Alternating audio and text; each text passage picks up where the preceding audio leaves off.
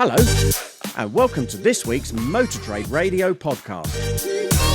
Powered by Motors and Cazoo, with Philip Nothard and Curtis Hutchinson, bringing you all the chatter that matters from across the franchised and independent dealer sectors. Well, hello everyone, and thank you very much for tuning in. And if you're listening to this over the bank holiday weekend, I hope you're enjoying a bit of sunshine, because temperatures as we record this are supposed to be hitting 30 degrees. Oof, that'll be all right, won't it? Not bad at all, and that's in the south. That's well, I don't know what it's like up your way. God knows at the minute. We've got sun, we've got hailstorm, we've got rain. Yeah, well, let's see what it runs like. But hopefully, fingers crossed. Let's hope that this bank holiday is a nice one for the end of May, and let's put that behind. But yeah, we're busy week again. And we did say last week that there was the AM Awards that took place on Thursday night of last week. So we have got a bit of an update on a few of the winners of those awards, but somebody did take home a few wins there. So let's hope they've got the shelf space to accommodate them, Curtis. Yeah, friend of the pod, John O'Hanlon, CEO of Wayland Motors, he ended up with, was it four awards that you counted? Oh, yeah, as a business. Yeah, four. Yeah, so definitely in need of an expanded and enlarged trophy cabinet, I suspect. Yeah, and I'm sure he'll be all right. But we will get John back on the podcast at some point soon, and he can tell us all about it. But yeah, we'll kick off with just a few of the winners, and the first one is, funnily enough, the Strategic Success Award that was sponsored by Cooper Parry and John O'Hanlon himself. CEO of Wayland's there, won that one. So congratulations, because is that a new award? I've not seen or heard that one before, but I might have missed it. Yes, and next in our list, funnily enough, Franchise Dealership of the Year award went to Wayland's Volvo Oxford. So congratulations there. So some of the other winners, we've got the Independent Dealer of the Year. That was won by Anchor Motor Group. Used Car Performer of the Year went to Granger Motor Group, very much a group that's making a lot of headlines as they grow the business. So nice acknowledgement for them. Dealer Principal General Manager of the Year went to Rob Wood, who's the Managing Director of Beechwood Mazda Derby. And Dealer Group of the Year, up to 20 sites, went to our friends at Wayland's. And you've got a few more, haven't you, Phil? Yeah, just a couple. For Group of the Year above 20 sites, that was sponsored by Energy Force, was won by Arnold Clark Automobile, should I say. We've got a Supplier of the Year sponsored by Automotive Management Live, which was See It Now Group, so congratulations to those. And Manufacturer of the Year that was sponsored by Navuna Business Finance was BYD UK, so some great awards there for those operators. Yeah, and just to finish off, Retailer of the Year went to Arnold Clark. Business Leader of the Year was Sue Robinson, Chief Exec of the National Franchise Dealers Association. And the AM Hall of Fame winner was Eddie Hawthorne, former Chief Exec and Group MD of Arnold Clark. So congratulations to all the winners, all the finalists. And judging by the photographs that were shared on LinkedIn, it looks though a good time was had by one and all. It does. It's like some good celebrations there on Thursday of last week. So talking about last week, we managed to catch up with Robert Forrester as his full year financial results were made available, and that is still available on your podcast feed. So if you've not listened to last week's Saturday show, why not? But we did play a snippet on it on Saturday, but early on in the week we did have that full interview there with Robert Forrester. So if you do want to listen to what Robert's got to say, and it isn't just about his financial results, we go into the Chinese manufacturers, his views on that after his visit to China, and how the market is playing out for them for the first part of this year. So I would advise have a full listen to that interview with Robert Forrester that's in your podcast feed from last week. You're listening to all the chatter that matters on the Motor Trade Radio podcast, powered by Motors and Cazoo. If you're a supplier and would like us to profile your business and reach our audience of dealer group bosses, managers and decision makers on one of our supplier special episodes, then get in touch with Curtis and Philip at motortraderadio@yahoo.com. Companies that we've already featured as part of our Supplier Special series include Autoglim Lifeshine, Impel, Prospecting Dynamics, Ivendi, ETT, Generational and Jigcar. You can find them all in your podcast feed along with our recent OEM specials with new EV brands Horizon, Ion and Shangang. We also caught up recently with Suzuki. And if you'd like us to profile your business, then just message us at motortraderadio@yahoo.com. You're listening to all the chatter that matters on the Motor Trade Radio podcast, powered by Motors and Cazoo. Headlines this week come from Car Dealer, Motor Trade News and AM. In the first half, we'll look at Peter Vardy selling his last remaining retail sites, which effectively ends 3 generations of car retailing dating back to 1923. Mark Raban makes a surprise exit from Group 1 as a new CEO is appointed. EV consideration reaches a new high among car buyers as the SMMT reveals 2 in 5 new car models on sale in the UK right now are EVs. Then, after the break, research shows physical showroom visits are generating the most dealer sales inquiries. Hedin Automotive posts another year of heavy losses as group blames rising costs. And finally, Big Motoring World has just got bigger with the opening of a new mega site, but not everyone's happy about it. You're listening to all the chatter that matters on the Motor Trade Radio podcast, powered by Motors and Cazoo.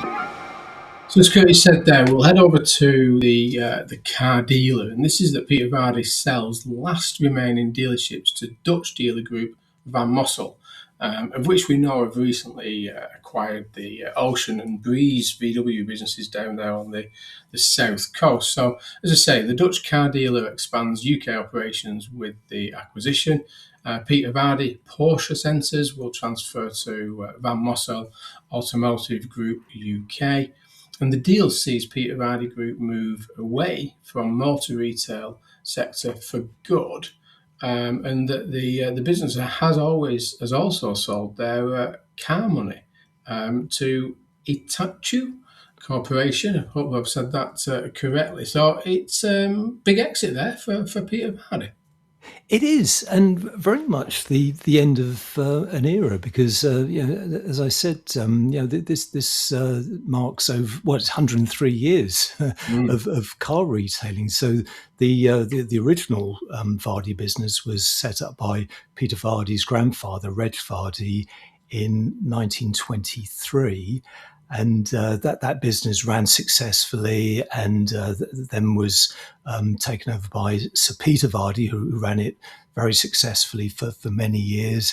It was sold to Pendragon in 2006, and the Peter Vardy Group was first launched in 2006 as well. So as a standalone business, and I remember reporting it on the at the time, and I'm struggling to believe that it was 20 years ago, but it was just initially one site in Perth, and it was a Vauxhall business.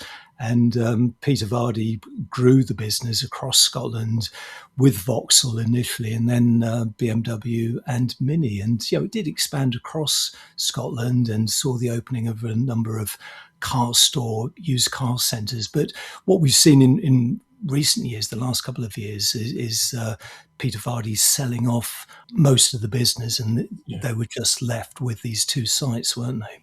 Yeah, and I mean the header is China Fears, which is the interview that they did with Peter Vardy there. So it's a question of is he getting out at the right time? Is he what's he going to do next? I suppose is one of the biggest questions with this. But obviously the Porsche Centre, because it's up in Aberdeen and Perth, I think. Yes, Perth and Aberdeen there are the Porsche centres there. But saying that they sold 1,623 vehicles in 2025, got 93 staff working for them, and generated a revenue of more than 122 million in 2025, and they will be integrated into the Van Mossel Automotive Group UK, which sits under Van Mossel Automotive International there. And Eric Burkhoff, who's the CEO for Van Mossel,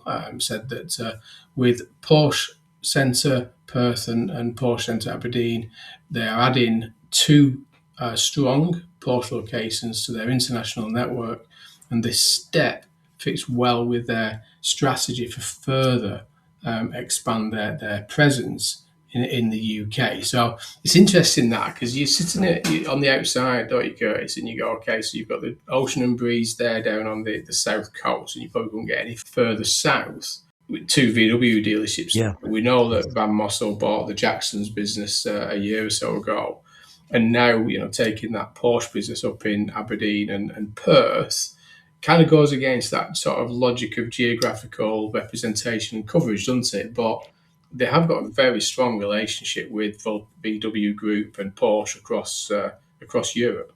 Yeah, it does rather suggest there's a bit of infilling that needs to be done between the businesses in the south and Scotland. And I think the key to this story is really the sort of strategic importance for Van Mossel. They've got this stated intention of growing in the UK. They're a Dutch group. They're very big across Europe. Whenever we look at the top 100 or top 200 dealers in Europe, Van Mossel are always high up there in the top 10. And they made this commitment to grow in the UK some years ago, and what we're seeing is that come to fruition now. So these are two acquisitions. I think we're going to see a lot more this year. Yeah, they made it very clear. They've had their sights set on the UK. That was sort of indicated when they took the Jackson's business more recently. So, yeah, I think, and the fact that they are very much a chosen partner for Volkswagen Group and part of their partnership strategy going forward. So, yeah, I think we'll see a little bit more of Van Mossel in the near future. But just to finalise this a little bit is that, in more recent terms, they talk about, what's happening with Peter Vardy. And he's also, as I said before, sold the car money business as well. But you can't forget what they've been done. The Peter Vardy Global Ventures invests in startups, the Peter Vardy Foundation. I don't believe this will be the last we'll see and hear from Peter Vardy. I think it's just a total change of what they are looking at representing in the automotive sector. But I'm sure we'll see more from this. Yeah, and definitely worth keeping an eye on car money, because that was a fast-growing business. My understanding is that the team transfer with the acquisition and with backing from this Japanese conglomerate, effectively, there'll be a lot of investment into growing the business in the UK and I dare say across Europe as well. Yeah, and sticking with car dealer, lots of musical chairs and movements at that C-suite level, isn't there, Curtis? We keep talking about the podcast recently, but in this week, Group One Automotive announced the departure of Mark Raban and leaving, and they're appointing a new CEO. So it's been announced that Mark Raban will leave the company as CEO. He's been leading Group One Automotive since 2024 here in the UK, and Daniel McHenry will replace him as president and CEO with immediate effect. So it looks lots of change there. Yeah, and Daniel McHenry, he was CFO. And interestingly, because I first saw this story, and I think it was probably broken by Auto Sunday midweek. They put out a story, And interestingly, they'd only interviewed Mark Raban the previous week about current and future strategy. And in the Auto Sunday coverage, they do make it quite clear that there was no reference to him leaving the business. So I would suggest this has happened rather suddenly. Yes, there's. I mean, it's the CFO role. I think it was Mark Leader that was in that role up until early April. He sort of left. It wasn't hugely covered in the sector.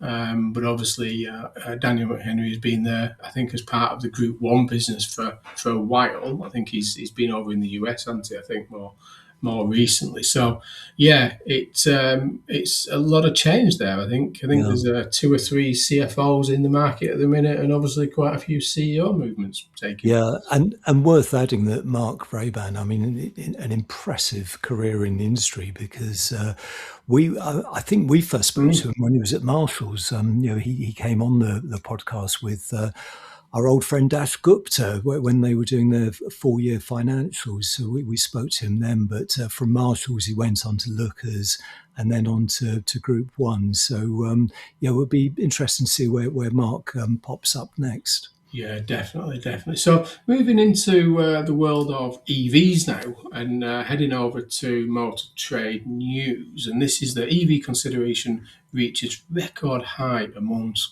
car buyers, saying that nearly 1 in 4 buyers now expect their next car to be an EV. And this is the new research from Cazoo and Motors there, saying that the research suggests more motorists are moving directly from petrol and diesel cars rather than transitioning through hybrids. So, yeah, I know you were involved with this, weren't you, as part of that panel insight with Cazoo and Motors? Yeah, it really is a good piece of research, this. It's the Consumer Insight Panel, which polls the views of just over 2,000 car buyers, and it found that 24% expect their next vehicle purchase to be an EV, and that's actually up from 21% in January. But at the same time, 45% said they are considering an internal combustion engine vehicle, down from 47% earlier this year. So ICE is dipping, EV is increasing. Hybrid models also continue to attract strong attention, with 31% of buyers saying they expect to purchase one. But what I found particularly interesting in these findings was that the research suggests that hybrids are no longer viewed as the sort of default stepping stone towards full electrification, because the survey found that 62% of existing EV owners actually came direct from petrol or diesel vehicles into a fully electric car, while only a quarter had previously owned a hybrid. And I think the assumption over recent years was that figure was a lot higher. Hybrid was the stepping stone for those uncertain about going fully electric. But the research does actually reveal that 13% had bought EVs as their first car anyway. So what we're starting to see is these new car buyers, be it buying new or used, but their first car is an EV, so 13%, and that figure is going to grow and grow, isn't it? It is, yeah, and there's a nice little sign-off quote in the story from Lucy Tugby, who's the marketing director at Cazoo and Motors, saying that selling used EVs is challenging and highlights the role dealers can play in promoting the affordability of the growing number of makes and models now entering the used car market. And for many customers buying new, even the car maker incentives is still not an affordable option. So they're really saying that this demand for used, more affordable EVs for the market is now becoming more prevalent in the consumer space. And staying with EVs and sort of continuing on that theme, and staying with Motor Trade News as well, they ran a story during the week with the headline, EVs account for 2 in 5 available models, says the SMMT. So this is the research that the SMMT has done on the number of models available to UK buyers that are EV, and it found that 2 in 5 just under 41% of available models now on sale in the UK are battery electric vehicles. And what the SMMT produced as part of their report was they looked back over the last 10 years to see where we were in 2016, when electric cars were still pretty much a niche proposition. And back then there were just 14 models available. So, going from that to where we are now, where there's more than 167 battery electric vehicle models currently on sale in the UK.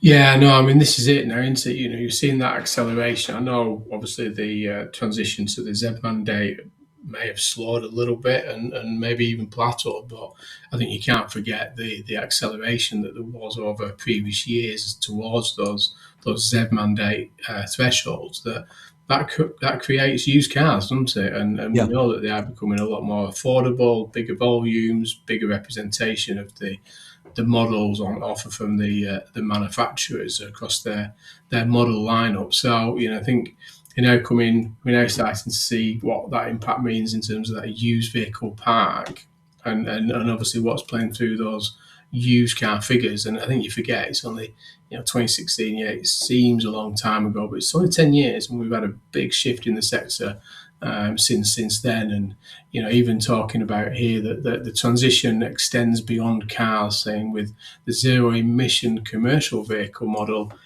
choice increasing among almost 15-fold over that decade, riding from just 5 in 2016 to more than 78 today. So the scale and speed of this transition is now starting to be very much apparent, isn't it? Yeah, very much so. And also an interesting stat about battery ranges, because within the story it shows that average electric driving range now exceeds 300 miles, comfortably surpassing what is judged to be the typical weekly mileage of around 127 miles. So it's I think we've moved on from range anxiety now. I think it is. It's quite significant. We have moved on, but we'll be back with the rest of this week's headlines after this short break. You're listening to all the chatter that matters on Motor Trade Radio, powered by Motors and Cazoo.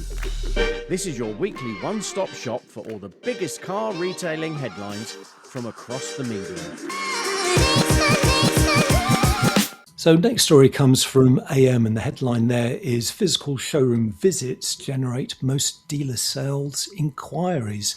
So this is some research done by JudgeService, which I did work with Neil Adley, chief exec there at JudgeService on this. So did have a look at the research, and I mean their database is huge, because the findings are based on analysis of 1.7 million customer responses, and they've been gathered through JudgeService's ProAct lost sales surveys between 2022 and 2026. So what have they found? So the research actually found that 50% of customer inquiries now come from dealership visits, and that's actually up from 44% in 2022, and very much highlighting the continued importance of physical retail environments. Online inquiries also increased over that same period, rising from 24% to 26%, while phone inquiries fell from 22% to 17%.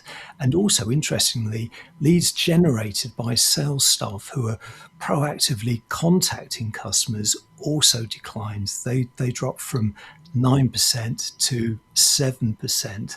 And I think what this research is highlighting is that we're seeing more customers choosing to go to dealers before they make an inquiry. Chances are they've already done their research online. They know which cars they want to see, but before clicking on the button or whatever, or phoning the dealer, they're turning up and they're looking at the cars in the metal, in person, and then making an inquiry if they're interested.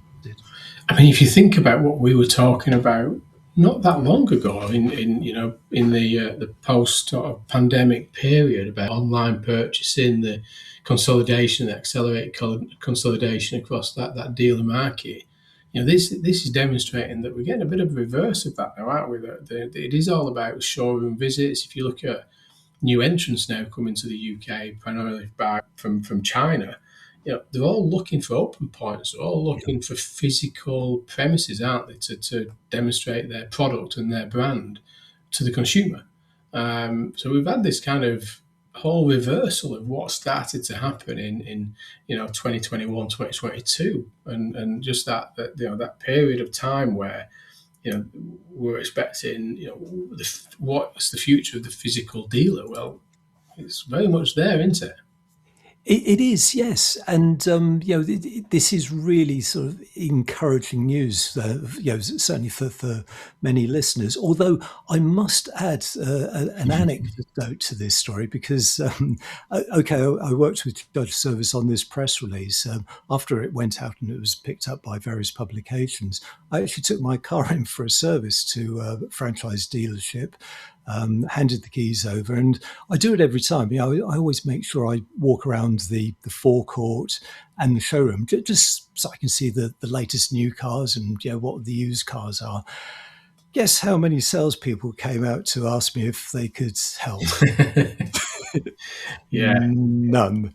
yeah, None. I was probably there for 25 minutes. And not one salesperson came to ask if I needed any assistance. And well, identified you as a tyre kicker, Curtis. That's what it is. Well, exactly. Yeah, they obviously looked at me and thought, no, time waster. It is. Yeah, I mean, it's an interesting one. This, and I think anybody listening to this morning, it's kind of when I used to run dealerships myself, and it was you get this balance of not pestering the customer.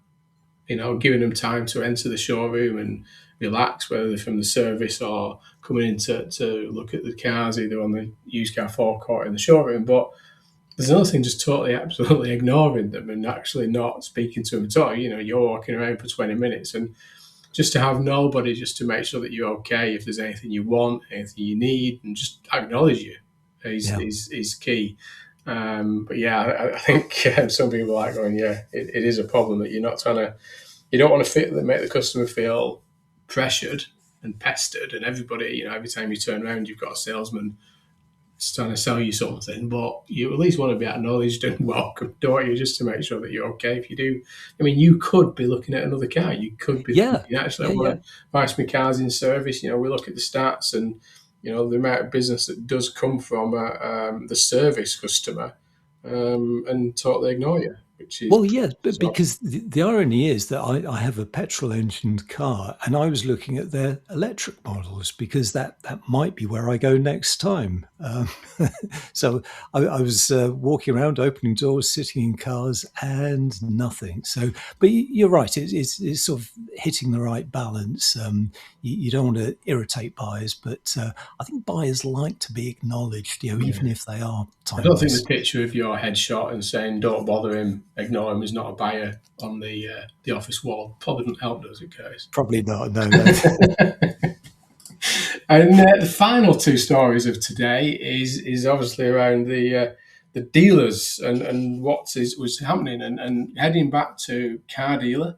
And the first of this is Hedin Automotive posts another year of heavy losses as car dealer group blames rising costs. Now, I must say this is for their financial accounts ending 2024, and that the firm made a pre-tax loss of 7.38 million, despite the rise in turnover, and bosses blame struggles on high costs and low economic growth. So I think there's a few dealers that can probably vouch for that same feeling in 2024.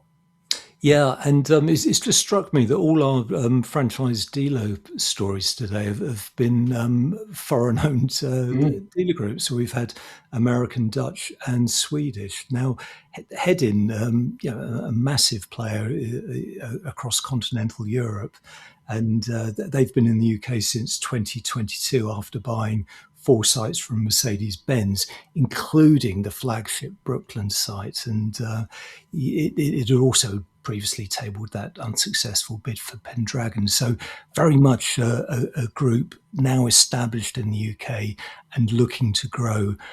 As you say, these 4 years are for the year ending December 2024. So they are kind of out of date now, but the figures are worth looking at. So they made a pre-tax loss of 7.3 million in that period, while the results did actually mark a small improvement on the previous year's loss of 7.5 million. But Hedin, based on those financials, still remains a significant way off achieving profitability, although we don't know what they've done in the next financial year. Yeah, and other markets as well. I think, yes. I think this is purely UK. Yeah. Yeah. So yeah, just on terms of turnover, that despite that the turnover almost doubling from 211.55 million to 412.84 million, and net assets skyrocketing from 4.7 million to 12.2 million. Although this is part down to shortened 9 months accounting year in 2023 there. So, and there is a reacting to the losses from the directors, say that the performance was impacted by the UK entering recession in the second half of 2023, resulting in a period of low growth in 2024. I'm not sure we had a financial crash in the second half of 2023 there, didn't we? I know it was a bit challenging. Yeah, yeah. It seems to have been challenging for the last 10 years or so. Yeah, I can't remember the recession element of it, but yeah, it's. But again, I think that we must remember, they're a big operation. They've got some big operations there in the UK as well, and obviously this is for their 2024 trading. But they, as you say there, they did snap up those 4 dealerships from Mercedes-Benz retail, didn't they, back in April of 2023 there. And as you said there earlier, the Mercedes-Benz World business there down in Brooklyn. So they've got some heavy operations. Yeah, and they also acquired the Stephen James business, which it gave them a foothold into BMW and Mini. Just finishing off on this story, they do actually make a comment about the current trading year, because they say as we enter 2025, the group is very positive around more stable trading conditions with additional income anticipated from after sales and lower interest rates. So we'll see how that works out. Yeah, I think they'll be fine. I think they'll be fine. Just early trading, and just finally today, Big Motoring World takes over X Car Shop site as Pete Waddell criticises the move there. This is a little bit further north from yourself, Curtis. That Big Motoring World have acquired the used car showroom over there in Warrington, and it's a former car shop business that then obviously transitioned into sitting a supermarket there. I remember it. I used to meet Jonathan Allbones back in the day over there.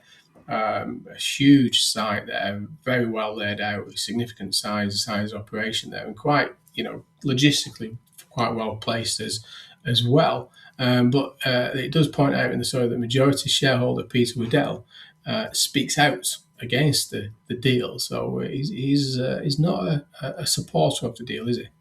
He's not, no. And as you intimate there, it's a big site. So this actually becomes the biggest Big Motoring World site. It's their 11th and largest, with the capacity to stock up to 1,000 cars on the 13-acre plot. And the new store is already up and running with around 60 employees. I mean, it just shows the scale of the business, doesn't it? Yeah. Joining from Sytner as part of the deal. The story goes on to say that, however, Big Motoring World's founder, Peter Waddell, has hit out at the agreement and says the firm does not have the stock to fill the site. And Peter Waddell the largest shareholder of Big Motoring World, initially told Car Dealer that he was actually looking into getting an injunction in an attempt to end the deal. But his team within the story, it's reported they've backtracked on the threat of further legal action, saying that an injunction cannot be sought as the deal is already complete. But Peter Waddell was certainly very vocal on LinkedIn when this story was announced, and he was questioning how they would actually fill the site with stock. Yeah, because that's the thing with these kind of operations. It's the 1,000 unit capacity, but it's that stock and pipeline. If you depending on the turnover of that stock, depending if you're turning that stock 8, 9, 10 times a year, that's a lot of cars that you need to be sourcing in stock and pipeline that's continually coming through that process, buying them, prepping them, and getting them ready for the forecourt. So I think the key to any of these supermarkets and any business in general is stock and pipeline management and control. But as you say there, they'll have a lot of work going on into it. Lois Vaughan, the CEO of Big Motoring World, saying that the opening of their Warrington store will help even more people choose the right used car for them, from the greatest range of vehicles, the lowest price guaranteed, and the quality assured by their ARAC approved dealership status, saying that buying used cars is an increasingly popular choice for many drivers. And when paired with the excellent finance offers and new market-leading warranty package, Big Motoring World Warrington, customers can be confident they are getting the best value, choice and quality available in the car. That's a bit of a sales pitch, isn't it? That's not bad, is it? and Big Motoring World did actually respond to Peter Waddell's comments by saying that Big Motoring World has a strategy to secure ample volumes of quality stock to meet the needs of our new Warrington facility, going on to say, we will have over 500 vehicles from today. So that was during the week, increasing rapidly to around 1,000 to make it one of our largest stores. So a statement of intent there. And interestingly, Car Dealer understands that the Warrington site is being leased from Sytner rather than Big Motoring World buying the plot outright. Yeah, I would have thought you'd want to retain that if you could retain it as an asset to lease out. But and just finally put a bit of current context on things, saying that the first quarter of 2026 was a record for the business in the Big Motoring World, and they look forward to the new site contributing to the continued growth of Big Motoring World in 2026 and beyond there. So lots going on again. So it looks like Pete Waddell is still there in the background and looking at obviously how Big Motoring World develop themselves. As I say, the Hedin business, wish them the best. Conscious that is 2024 trading, and hopefully 2025 has been a little bit more positive for them, and 2026 proves even better. So some of these late financial results that have been coming out recently, but lots going on, Curtis, still. Another busy week in the motor trade, but that's all for now. So many thanks to you for listening to this Motor Trade Radio podcast. Have a great bank holiday weekend. Until next week, it's goodbye from me. And it's goodbye from him. Thank you for listening to the Motor Trade Radio podcast, powered by Motors and Cazoo. We'll be sharing all the URLs from this week's headlines in our newsletter on Monday morning. To subscribe, just search LinkedIn for the Motor Trade Radio podcast.